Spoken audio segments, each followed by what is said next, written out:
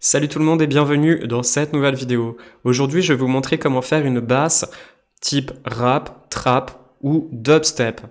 Alors, tout d'abord, j'ai commencé par créer un rythme avec les samples que vous pouvez télécharger dans la barre d'infos. Donc, c'est des samples que j'ai créés spécialement pour vous. Je vais vous faire écouter un peu le rythme que j'ai fait. Hop.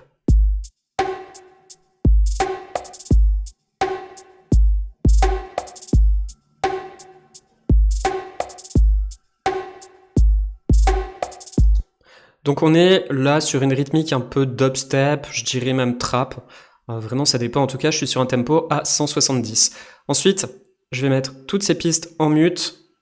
Ensuite, j'ai écrit une ligne de basse en D mineur. Voilà, et puis je vais choisir un instrument. Alors pour pouvoir avoir cette basse un peu sale, il va falloir choisir le ES2. D'ailleurs, c'est super si vous regardez ce tutoriel en ce moment, puisque c'est un petit peu la suite de celui qui a été partagé hier, dans lequel je vous montrais comment faire des cut-off. Donc, on va écouter.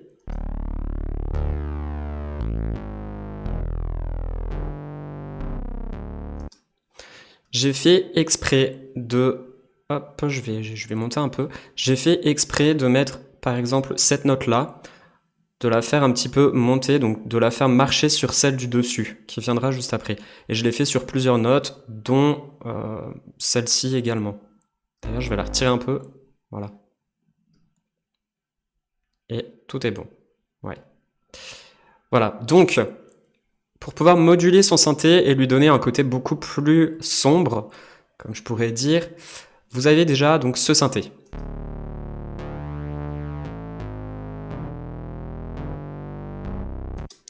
Alors, rien n'a été fait, c'est les réglages d'origine. Pour pouvoir l'activer, donc pour pouvoir le créer, il va falloir couper le synthétiseur numéro 2 ici. Vous venez couper celui-ci. Cette forme sinusoïdale, on va la laisser sur cet emplacement du synthé numéro 1. Et le synthé numéro 3, on va lui donner un côté plus noise, donc un côté bruit.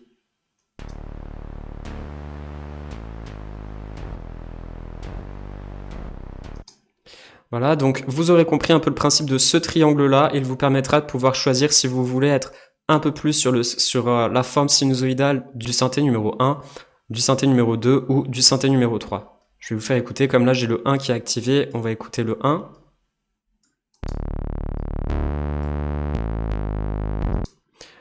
Le numéro 2, vous entendez, il n'y a aucun son, tout simplement parce qu'il a été coupé. Et le numéro 3, c'est un bruit.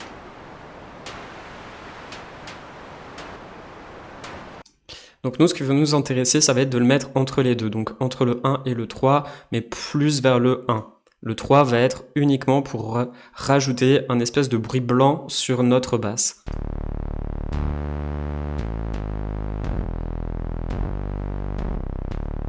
Voilà, c'est top. Une fois que vous avez fait cette étape, je vous conseille de mettre votre basse en mono, donc on va venir cliquer sur mono ici, et puis sur unisson. On écoute.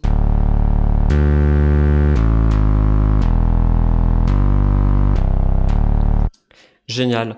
Vous entendez vraiment la différence et que la basse est beaucoup plus présente. Ensuite, on va ajouter ici, on peut rajouter justement un petit détune. On va écouter pendant que je vais tourner le bouton.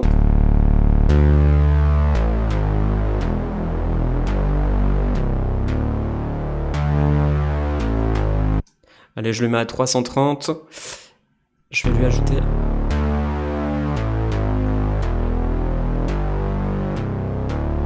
Voilà, c'est top. Maintenant, le fait que... Je vais fermer un petit peu cette fenêtre. Alors maintenant, pour jouer justement sur l'entre-deux notes, donc celle-ci plus celle-là, on va ajouter ici un petit glide. Hop.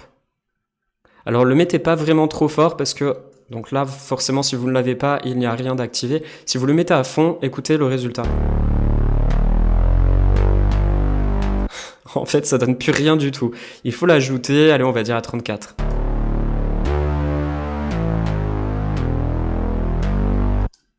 On va le monter un peu pour que vous puissiez bien entendre la différence.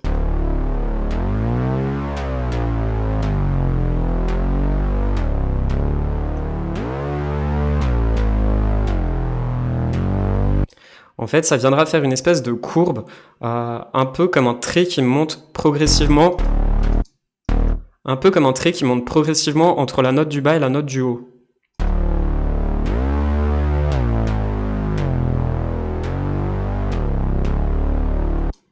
Voilà, c'est top. Donc une fois que vous avez bien trouvé votre glide plus votre détune ici, il va falloir bouger ce petit bouton. Donc on va se tourner vers le filtre numéro 2 et on va jouer sur le cutoff, exactement comme dans le tutoriel précédent.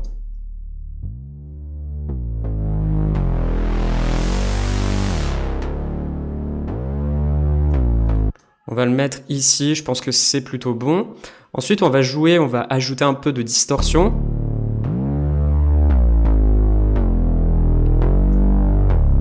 Et la tonalité, donc soit on la met noire ou soit on la met brillante. Je vais la mettre au maximum brillante.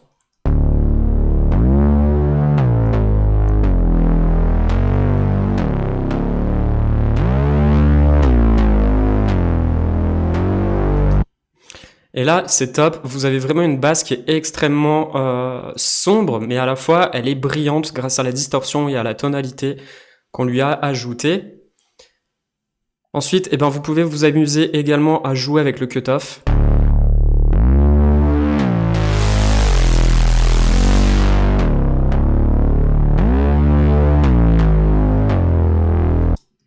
Hop, et on écoute avec mes percussions. Ah, je vais essayer de bien vous montrer tout l'arrangement, voilà.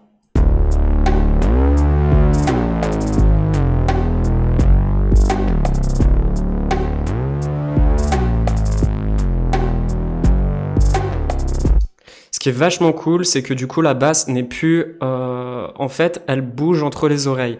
Essayez d'écouter ce tutoriel avec un casque, vous entendrez vraiment une énorme différence.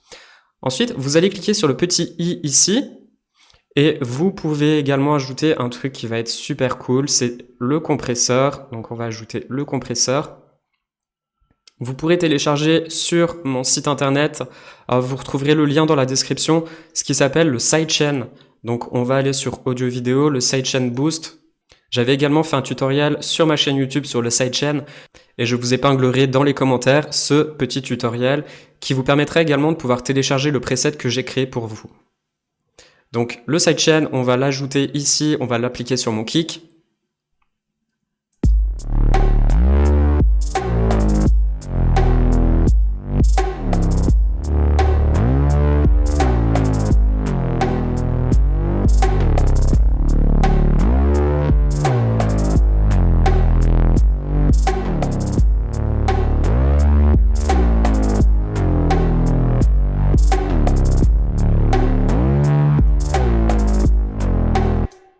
Et voilà, j'espère que ce petit tutoriel vous aura plu. N'hésitez pas si vous avez des questions à me les poser dans les commentaires.